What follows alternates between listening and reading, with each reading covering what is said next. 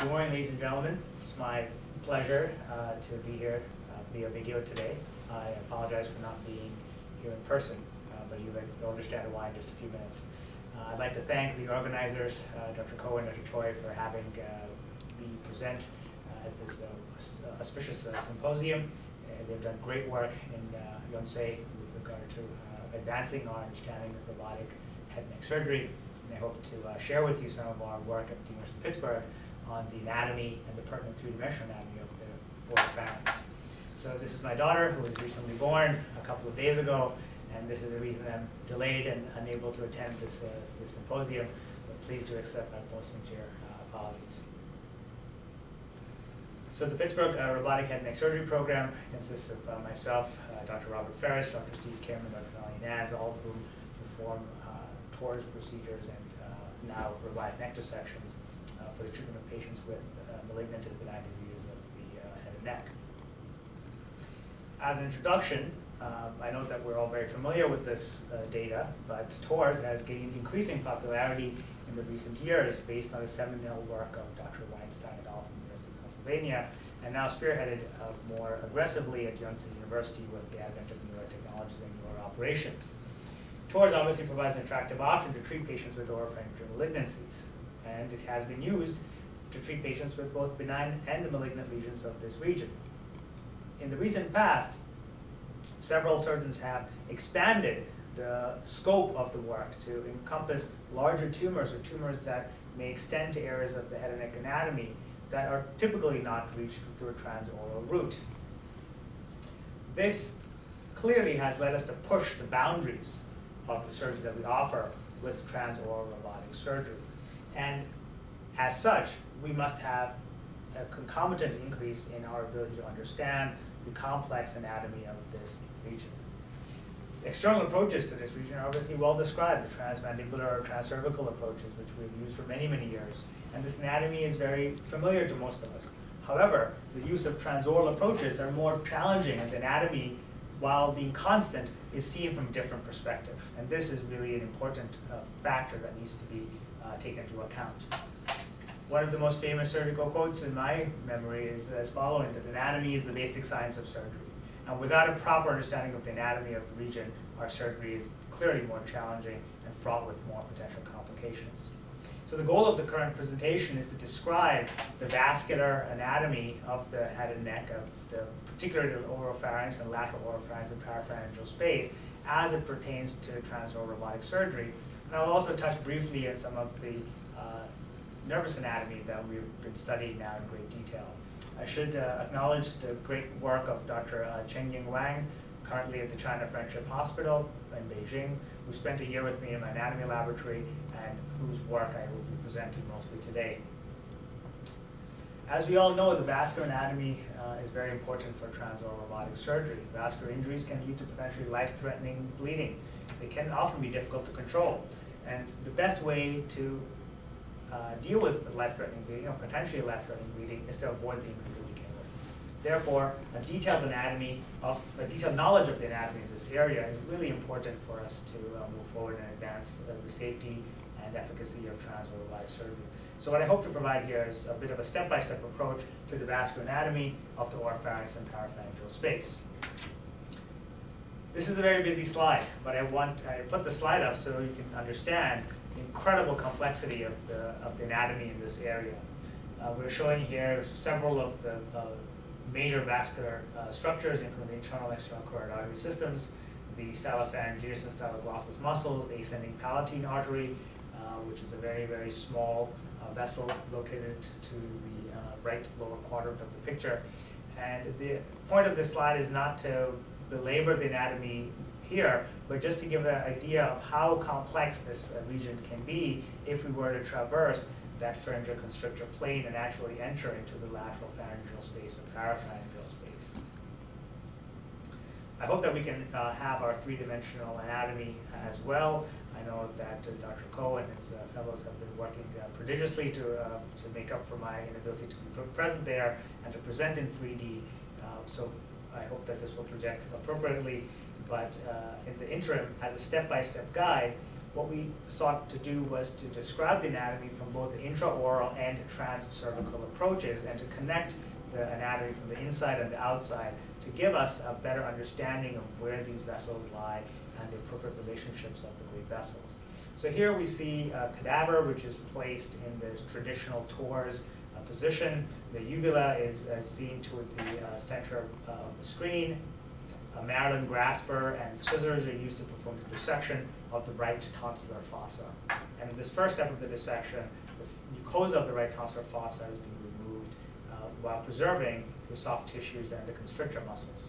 Having done this, we now remove the constrictor muscles as we would for radical tonsillectomy, once again in a layer-by-layer fashion.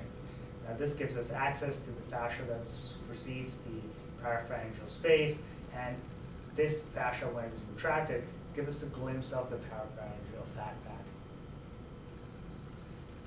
The parapharyngeal fat pad is then noted just superior to this muscular structure, and the parapharyngeal fat pad can be seen. We will get to that dissection in a moment, but I wish to take this opportunity to highlight one of the key muscular landmarks in this area. The styloglossus muscle and stylopharyngeus muscles we have found form what appears to be a floor, a fascial floor, which separates the major vascular, neurovascular structures of the lateral parapharyngeal space and the lateral neck from the transoral approach. Once the stylopharyngeus and styloglossus muscles are noted and encountered, great care must be taken to avoid injury to these major vascular structures. As long as the muscular plane here is preserved, this should not really, the dissection should not really interfere with the major neurovascular structures, and they should not be a risk. However, as we start to tackle bigger tumors or even T2 tumors that may have a great depth of invasion and invade through the constrictor muscle, then resection of some of these muscular elements may be necessary to clear the oncologic disease. And in this case, great care must be taken to identify the vascular anatomy. So here we see the vascular structures after a transection of the styloglossus and stylopharyngeus muscles. The lingual branch of the glossopharyngeal nerve is visible as it enters the tongue, and I will show you a better picture of this in a few minutes. The parapharyngeal fat is identified and retracted medially, and dissection of this plane then allows us to clearly see the venous and arterial network which lies in this area. Now, the vessels here are actually the tonsillar vessels as well as some of the branches of the external carotid that give rise to the, that give blood supply or flow to the parapharyngeal space, including the ascending pharyngeal artery and the ascending palatine arteries. But most importantly, the vessels that are at greatest risk are this external carotid system. And in this picture, we can see clearly a dissection of the external carotid system with its concomitant veins. The lingual artery is seen transversing anteriorly. The ascending palatine and branches of the external carotid continue their path superiorly towards the cranium. So inadvertent injury into this area can be performed, can happen. I have personal experience with that, and that leads to tremendous bleeding in a closed environment and can be quite difficult to control. So appropriate understanding of this vascular anatomy will hopefully help us to avoid injuries to these areas. The key landmark that I wish to point out is that the styloglossus muscle and the stylopharyngeus muscles provide a sheath, a fascial sheath, in which the carotid vessels are contained. The vascular structures are always encountered laterally and inferiorly to this sheath, and I will show you some pictures here to demonstrate that. So this is a transcervical view of an elegant dissection that was performed by Dr. Wang, which demonstrates the medial aspect shown to the left of the screen with a black arrow that demonstrates the view from medial or intraoral to transcervical, and the internal jugular vein, the external carotid artery. The stylopharyngeus muscle is labeled SPM, and the styloglossus muscle is labeled SGM, and the styloglossus stylopharyngeus sheath contains lateral to it all of the neurovascular structures, including the glossopharyngeal nerve, the 10th cranial nerve, internal carotid artery, external carotid artery, and the internal jugular vein. This is what the view looks like from an intraoral approach. So using a robotic dissection, we can now see this SPM, which is the stylopharyngeus muscle, the styloglossus muscle, the head is oriented superiorly from the cranium. The pterygoid musculature can also be seen, and between the staphypharyngeus and staphyloglottis musculature are the elements of the external carotid arterial system.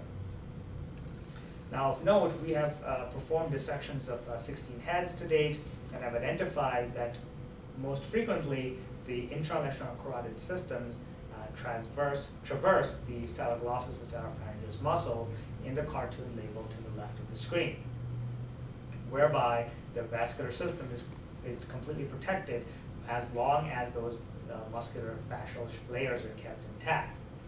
And that is demonstrated from both the transcervical and transoral approach on the first two panels of the left top and bottom of the screen.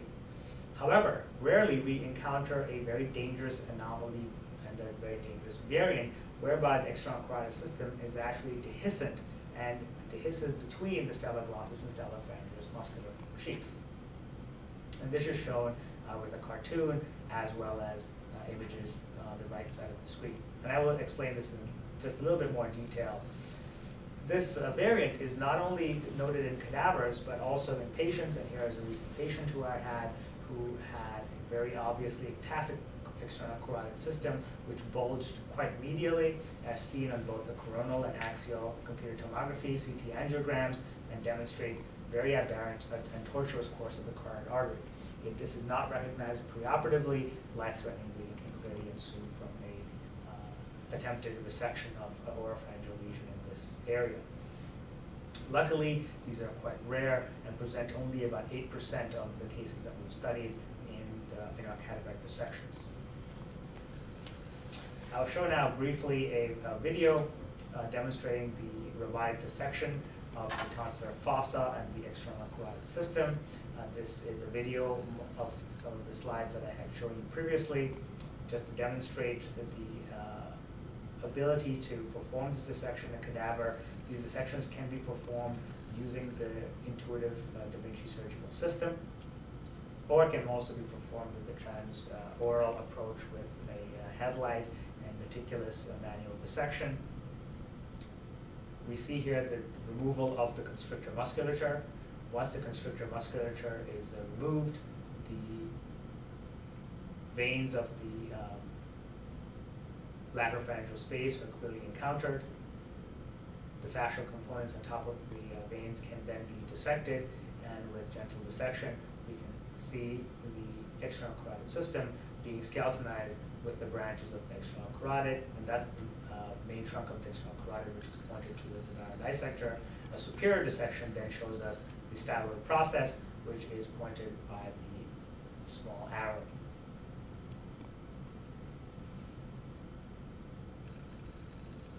So in summary, the anatomy of the lateral pharyngeal space is quite complex. There are some key anatomic landmarks which could ensure safety in this area, and dehiscence through the staphyloglottis and staphypharyngeal muscles of any of the vascular components are an ominous finding in a pre-operative setting. I wanted to touch briefly now on the glossopharyngeal nerve and the nervous anatomy of the glossopharyngeal nerve, which I believe has been underreported in the literature to date. As we all know, cranial nerve 9 of the glossopharyngeal nerve innervates the posterior tongue and pharynx. There is bilateral innervation, and therefore injury or transection of one glossopharyngeal nerve typically is not associated with long-term symptoms. However, there have been some reports of dysgeusia and dysphagia after radical tonsillectomy or even standard tonsillectomy, and it is unclear as to why this is, but these reports have suggested that injury to the tongue base, as when we perform our standard tonsillectomy and remove tonsil tissue and from the glossotonsillar sulcus, is associated with increased rates of dysgeusia. In our experience, we have noted that patients typically present with dysgeusia after radical tonsillectomy, and it is unclear as to the etiology of this effect. However, I postulate that maybe this could be caused by injury of cranial nerve 9. This is an external view of the dissection of the parapharyngeal space as undertaken by a transcervical approach in the cadaver. D represents the digastric muscle, the posterior belly, which has been transected. SA represents the spinal accessory nerve, cranial nerve 9. So cranial nerve 11. Internal jugular vein is noted in blue. The occipital artery is also easily visualized. The stylopharyngeus and styloglossal muscles lie medial to this plane of dissection, and therefore, from a transoral approach, only after crossing the plane of the styloglossal and stylopharyngeus muscles superiorly to the level of the styloid process do we encounter the internal carotid artery and the important nerves, cranial nerves of this area, including the hypoglossal, marked H, the vagus, marked V, and the glossopharyngeal nerve, marked G. Although there is bilateral innervation to the glossopharyngeal nerve, it is quite possible that injury to the main trunk of the glossopharyngeal nerve on one side could create difficulties with barrel perception through Oropharynx nerve, which innervates the carotid body, and or innervation to the pharyngeal plexus, which may lead to temporary, if not long-term, dysgeusia and or dysphagia. This is a dissection showing the glossopharyngeal nerve, and in particular the lingual branch of the glossopharyngeal nerve, which is marked with a black arrow, as seen from a transoral approach with an intuitive da Vinci dissection. It should be noted that the glossopharyngeal nerve has several branches in this area, and many of these branches provide innervation to the pharyngeal plexus. However, these branches usually lie just lateral to the stylopharyngeus and styloglossal musculature, which is depicted in this particular image. Once again, from an intraoral view, we can see that after the styloglossal muscle is retracted laterally, as well as the stylopharyngeus, more medial to this area, the glossopharyngeal nerve is noted in close proximity to the internal carotid artery, the ascending pharyngeal artery as well. Therefore, resection of the tongue base, or tumors that may abut the tongue base coming from the tonsillary fossa, can potentially injure or lead or necessitate the resection of the lingual branch of the glossopharyngeal nerve. In such cases, we believe that dysgeusia is possible, and that the dysgeusia may eventually be self-limited, but we can attempt to preserve these branches where tumors are more medially located. However, we must maintain oncologic control, and this nerve should be transected and resected if there's any concern of invasion into this area. We're now attempting to study the impact of perineural invasion and whether these tumors can actually invade the nerves, this particular nerve in a perineural fashion, but we have not yet completed those studies.